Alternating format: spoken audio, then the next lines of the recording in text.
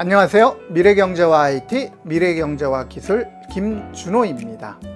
가상화폐 시장을 시장과 투기의 관점에서 분석하고 대안을 제시하였고, 가상화폐 시장의 방향에 대해 대안을 제시하였습니다. 이번 시간에는 국내 가상화폐 시장의 가능성과 방향에 대해 대안을 제시하여 국내 투자자가 가지는 리스크, 위험을 해치할 수 있도록 하겠습니다. 구독과 좋아요 부탁드립니다. 국내 가상화폐 시장은 시장인 듯 시장 아닌 시장 같은 상황입니다.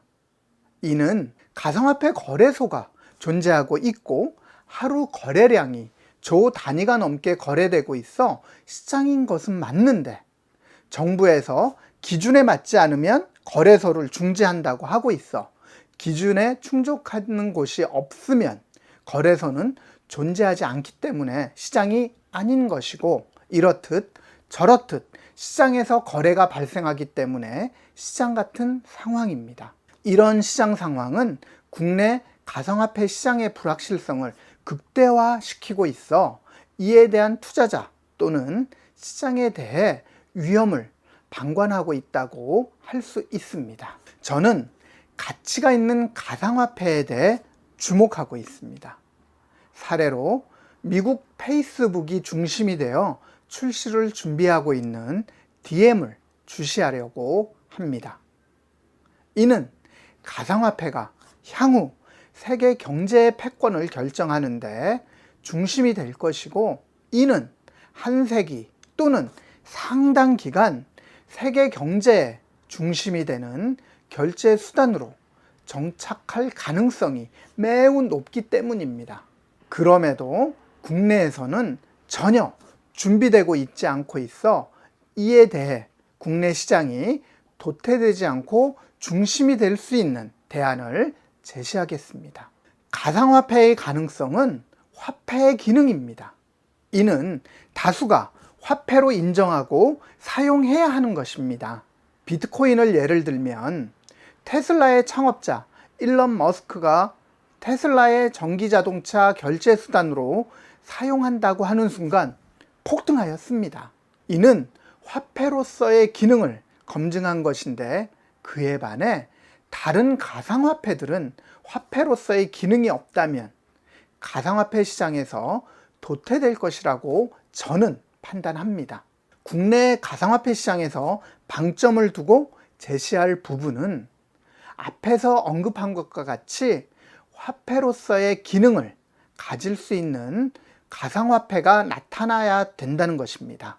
많은 기업들이 IPO, 기업 공개 대신 ICO, 가상화폐 공개를 추진한 적이 있습니다. 이는 기업 자금을 기업 공개 대신 코인, 가상화폐 발행을 통해 조달하고자 하는 목적이었는데, 이는 자금 조달이 목적이었지 화폐로서의 기능은 간과되었던 것입니다. 국내 가상화폐 시장은 다양한 방법론에 대해 고민해야 합니다. 다만 그 기간이 길면 길수록 시장에서는 불리하게 작용할 것입니다. 국내 가상화폐 시장에서 가장 중요한 것은 가치가 있는 자산을 중심으로 가상화폐를 발행하는 것입니다.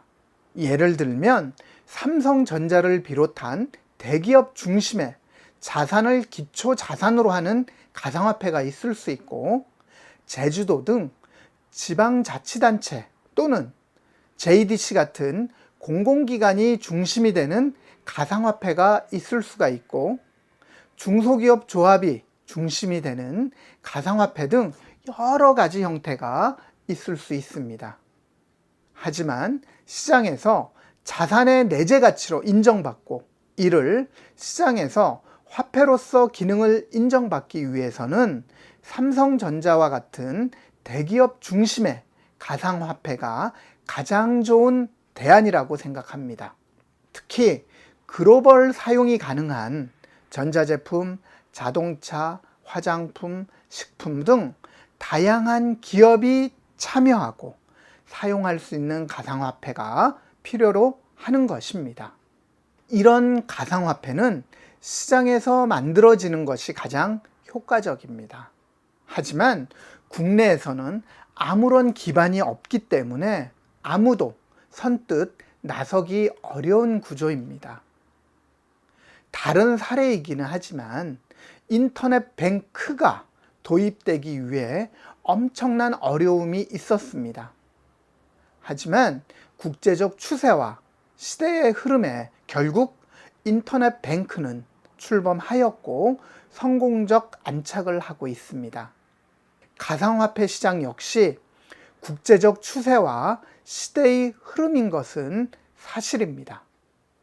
그렇다면 이를 어떻게 지원하고 육성할 것이냐에 방점을 두어야 합니다. 그 대안이 대기업 자산을 기반으로 세계가 사용할 수 있는 기업이 참여하는 가상화폐의 출시가 대안입니다. 구독과 좋아요 부탁합니다.